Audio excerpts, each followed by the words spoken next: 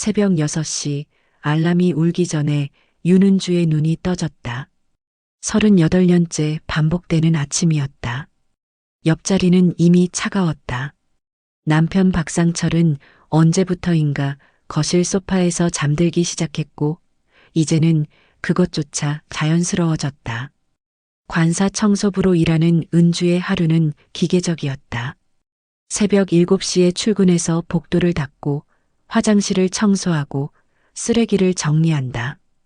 공무원들이 하나둘 출근하면서 던지는 시선은 늘 똑같았다. 투명 인간을 보는 듯한 그저 청소하는 사람으로만 인식하는 무관심한 눈빛들. 은주야, 오늘도 고생 많았어. 동료 정숙이 퇴근길에 건넨 인사가 유일한 위로였다. 하지만 그마저도 습관적인 사교사에 불과했다. 은주는 고개만 끄덕이며 미소를 지었다. 진짜 웃음이 언제였는지 기억나지 않았다. 집에 돌아와도 또 다른 노동이 기다리고 있었다. 저녁을 차려놓으면 상철은 묵묵히 밥을 먹고 텔레비전 앞으로 가서 맥주를 마셨다. 대화는 생활비나 집안일에 관한 필요한 말들 뿐이었다. 세탁기 고장 났어. 수리비 얼마나 나올까? 모르겠어. 알아서 해. 이것이 그들 부부의 대화 전부였다. 상철은 공장에서 정년 퇴직한 후 더욱 말수가 줄어들었다. 하루 종일 집에 있으면서도 은주와 눈을 마주치는 일은 거의 없었다. 부부관계도 뜸했다. 아니 거의 없었다. 1년에 연중 행사로 할까 말까였다. 은주는 설거지를 하며 거울처럼 반사되는 창문에 비친 자신의 모습을 바라봤다. 여자로서 자신을 마지막으로 의식한 게 언제였을까? 아이를 가지지 못했다는 것 때문에 상철과의 사이는 더욱 멀어졌다. 처음엔 서로를 위로했지만 시간이 지나면서 그 상처는 침묵의 벽이 되어버렸다. 밤이 되면 혼자 누워서 천장을 바라보는 시간이 가장 길었다. 이것이 삶인가 아니면 그냥 시간을 견디는 것인가? 은주는 자신이 언제부터 윤은주라는 한 사람이 아닌 그저 누군가의 아내, 청소부, 집안이라는 사람으로만 존재하게 되었는지 알 수 없었다. 창밖으로 보이는 다른 집들의 불빛이 따뜻해 보였다. 저 안에는 웃음소리도 있고 대화도 있을 것만 같았다. 은주는 작은 한숨을 내쉬며 이불을 목까지 끌어올렸다. 내일도 똑같은 하루가 기다리고 있을 것이다. 은주는 미정이 보낸 메시지를 다시 읽어봤다. 은주야, 오늘 시간 있어? 새로 생긴 카페에서 차 한잔해. 언제나 그렇듯 미정의 문자는 짧지만 여유로웠다. 압구정동 한복판, 유리창 너머로 보이는 카페의 인테리어는 마치 드라마 속 한 장면 같았다. 은주는 자신의 낡은 코트를 매만지며 문을 열었다. 구석진 테이블에 앉아있던 미정이 손을 흔들었다. 은주야, 여기. 미정은 오늘도 완벽했다. 부드럽게 웨이브진 머리카락, 은은한 진주 목걸이, 그리고 값비싼 향수 냄새까지. 40대 중반이라는 게 믿어지지 않을 만큼 윤기나는 피부였다. 미정아, 오랜만이다. 진짜 오랜만. 넌 변함없네.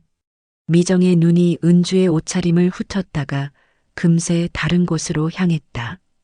그 찰나의 시선에서 은주는 무언가를 읽었다. 동정? 아니면 안도감? 이 카페 어때? 태석 씨가 요즘 여기 자주 온대. 사장이 이탈리아에서 직접 원두를 공수해 온다는데. 미정은 자연스럽게 남편 이야기를 꺼냈다. 장태석.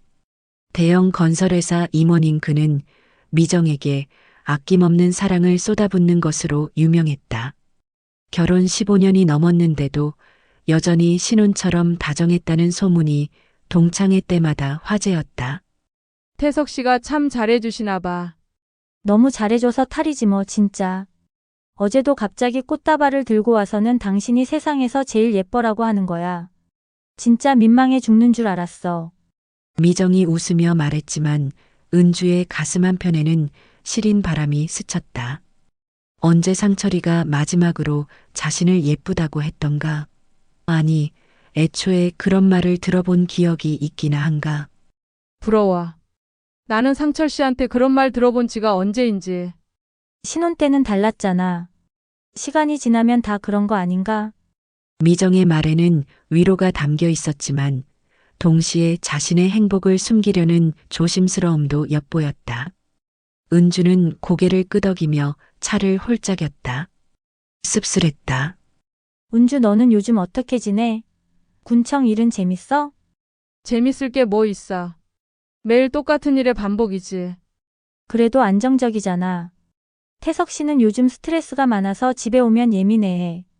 성공한 남자들은 다 그런가 봐. 미정이 한숨을 쉬는 척했지만 그 표정에는 남편을 자랑하는 기색이 역력했다. 성공한 남자의 아내라는 정체성이 그녀를 감싸고 있었다. 카페를 나서는 길에 미정이 말했다. 다음엔 우리 집에 놀러와. 새로 인테리어 다시 했거든.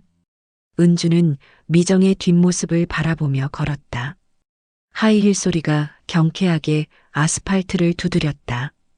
자신의 운동화 소리는 그에 비해 얼마나 초라한지.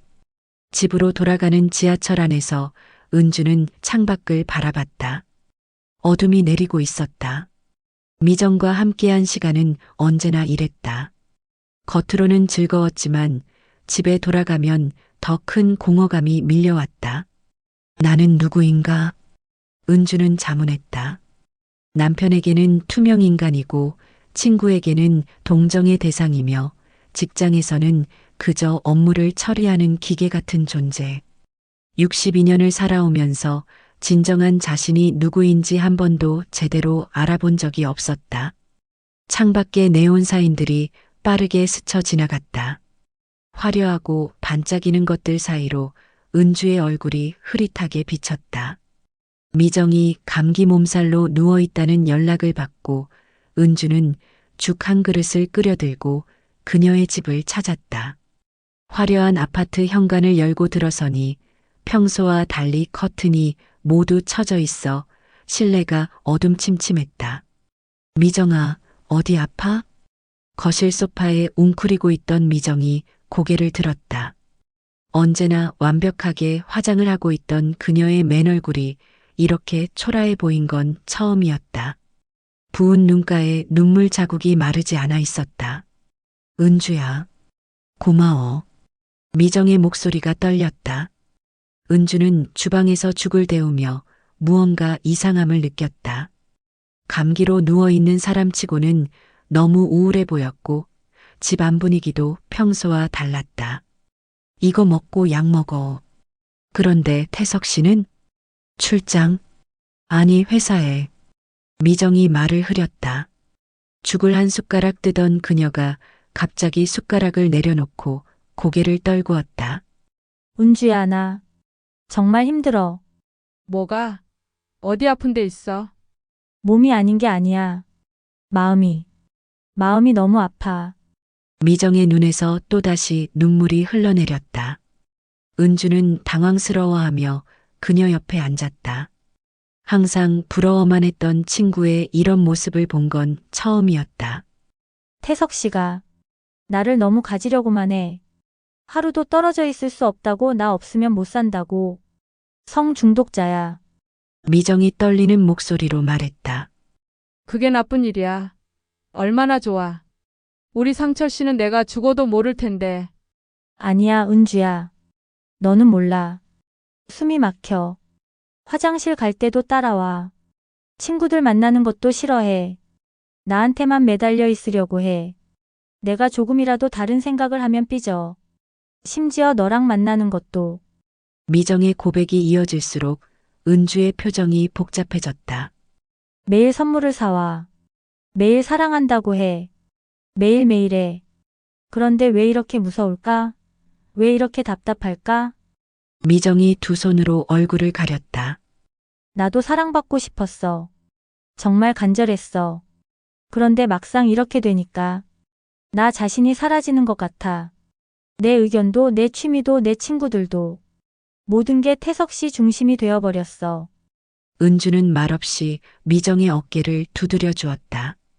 하지만 마음 한구석에서는 묘한 감정이 꿈틀거렸다. 그래도 사랑받잖아. 그래도 관심받잖아. 자신은 투명 인간 같은 삶을 살고 있는데 미정은 지나친 사랑 때문에 괴로워하고 있었다.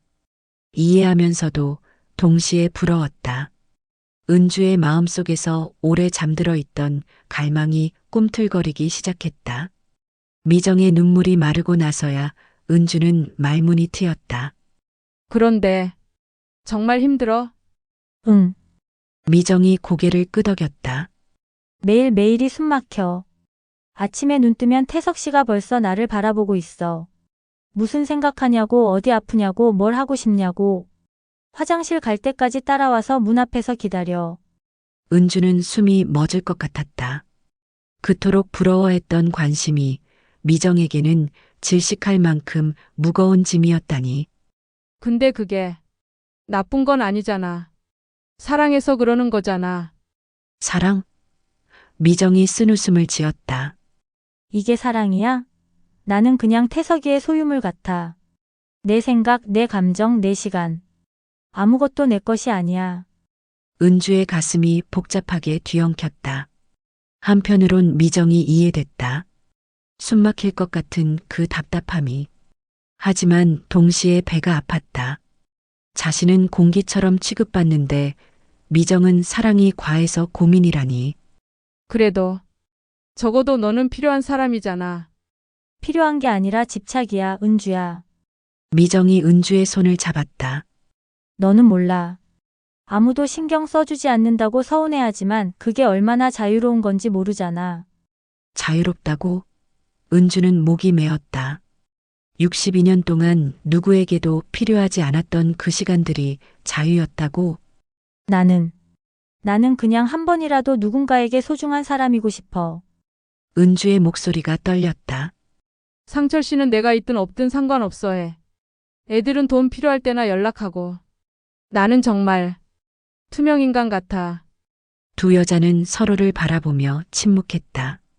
하나는 과도한 사랑에 질식하고 다른 하나는 사랑의 결핍에 말라 비틀어져 갔다. 똑같이 외로웠지만 그 외로움의 결은 전혀 달랐다. 우리 참 웃기지? 미정이 먼저 말했다. 서로가 부러워하는 삶을 살면서 은주는 고개를 끄덕였다. 하지만 마음 깊은 곳에선 여전히 미정이 부러웠다. 적어도 누군가는 그녀를 간절히 원했으니까. 자신은 정말 아무에게도 필요 없는 존재 같았다. 나도 여자이고 싶어. 은주가 중얼거렸다. 뭐라고? 아니야. 혼잣말이야. 하지만 그 순간 은주는 깨달았다. 자신이 진정 원하는 건 단순한 관심이 아니었다. 한 명의 여자로서, 한 명의 인간으로서 인정받고 사랑받고 싶었다. 투명하지 않은 존재감 있는 삶을 살고 싶었다. 미정이에게 연락이 닿지 않던 셋째 날, 은주는 더 이상 견딜 수 없었다. 혹시 몸이 더 안 좋아진 건 아닌지, 아니면 남편과 또 무슨 일이 있었던 건 아닌지 걱정이 밤잠을 설쳤다. 여보, 미정이네 한번 다녀올게. 상철은 소파에서 TV만 보며 고개조차 돌리지 않았다. 62년을 살아오며 늘 그런 무관심이었다. 은주는 쓴웃음을 지으며 집을 나섰다. 미정인의 대문을 두드렸지만 응답이 없었다. 평소 같으면 돌아섰겠지만 뭔가 불길한 예감에 배를 한 번 더 눌렀다. 누구세요? 낮고 중후한 남성의 목소리였다. 장태석이었다. 아, 미정이 친구 윤은주입니다. 미정이가 문이 열리자 은주의 말이 막혔다. 평소 미정이 입에 달고 살던 그 남편이 눈앞에 서 있었다. 생각보다 훨씬 젊어 보였고 깊은 눈망울이 인상적이었다. 아, 은주 씨. 미정이가 자주 이야기했어요. 들어오세요. 그의 목소리에는 묘한 온기가 있었다. 은주는 당황하며 현관을 들어섰다. 미정이는 출장으로 이틀 정도 서울에 갔어요. 연락 못 드려서 죄송합니다. 거실로 안내하는 그의 손길이 자연스럽게 은주의 팔을 스쳤다. 은주의 가슴이 순간 두근거렸다. 언제부터인가 남자의 손길을 잊고 살았던 것 같았다. 커피 드릴게요. 아니에요, 그냥. 미정이가 늘 당신 이야기를 해요. 정말 좋은 분이라고. 태석이 커피를 내리는 동안 은주는 초조하게 손을 비비며 앉아 있었다. 이상했다. 평생 다른 남자와 단둘이 있어 본 적이 없었는데 왜 이렇게 가슴이 뛰는지 모르겠었다. 은주 씨는 정말 아름다우세요. 컵을 건네며 태석이 툭 던진 말에 은주는 얼굴이 화끈 달아올랐다. 뭘? 저 같은 아줌마를. 아줌마요. 누가 그런 말을 했나요? 태석의 눈빛이 진지해졌다. 은주 씨 거울을 보세요. 당신은 충분히 매력적인 여성이에요. 62년 살면서 처음 듣는 말이었다. 상철은 결혼 후 단 한 번도 그런 말을 해준 적이 없었다. 당신 남편은 정말 운이 좋은 사람이네요. 은주의 눈시울이 붉어졌다. 목이 메어 아무 말도 할 수 없었다. 울지 마세요. 태석이 조심스럽게 은주의 뺨을 닦아주었다. 그 순간 은주의 마음 깊은 곳에서 오랫동안 잠들어 있던 무언가가 꿈틀거리기 시작했다. 혼란스러웠다. 친구의 남편 앞에서 이런 감정을 느끼다니. 하지만 멈출 수가 없었다. 너무나 오랫동안 목말랐던 것이었다. 저는 가봐야. 일어서려는 은주의 손을 태석이 살며시 잡았다.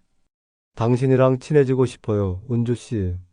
태석 씨의 얼굴이 더 가까워졌다. 숨결이 느껴질 정도로. 은주 씨, 당신 같은 여성이 이렇게 외로워해서는 안 돼요. 그의 손이 내 뺨을 쓰다듬기 시작했다.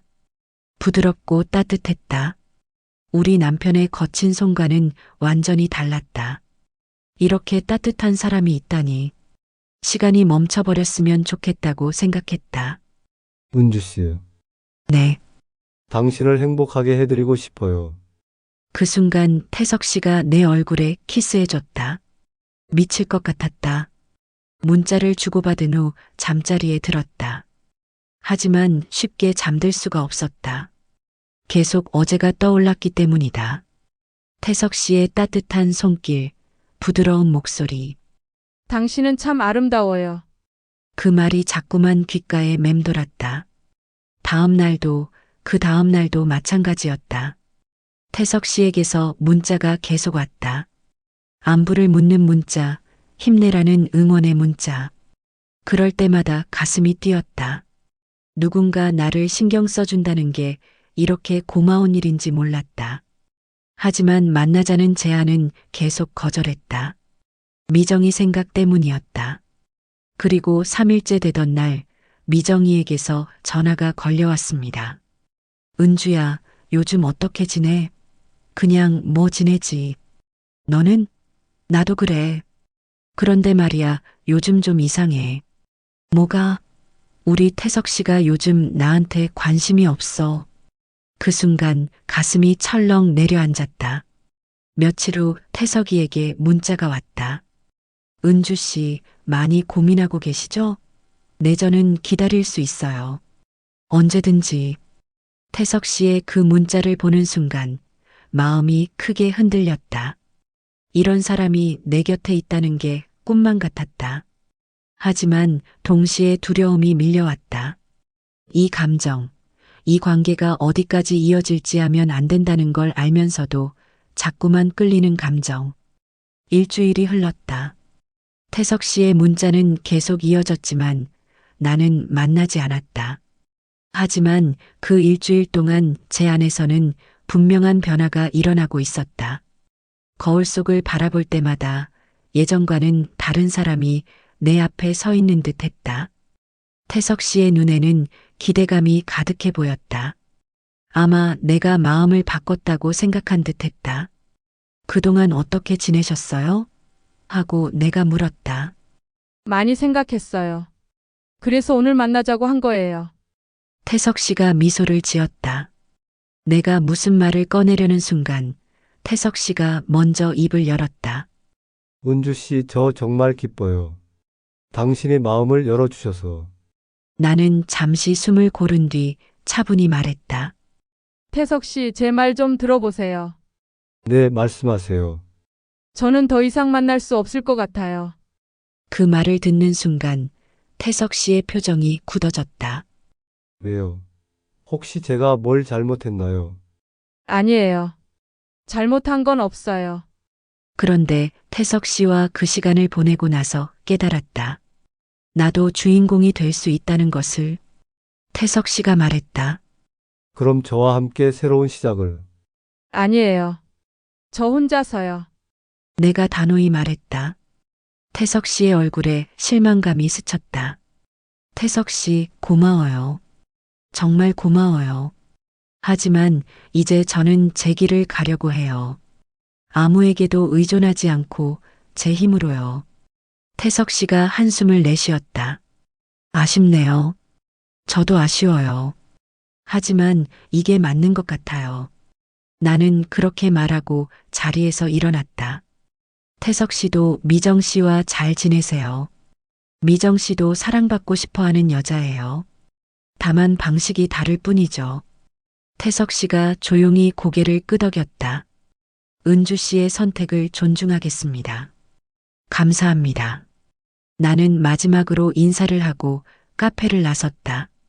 문을 열고 나서는 순간 가슴이 후련해졌다.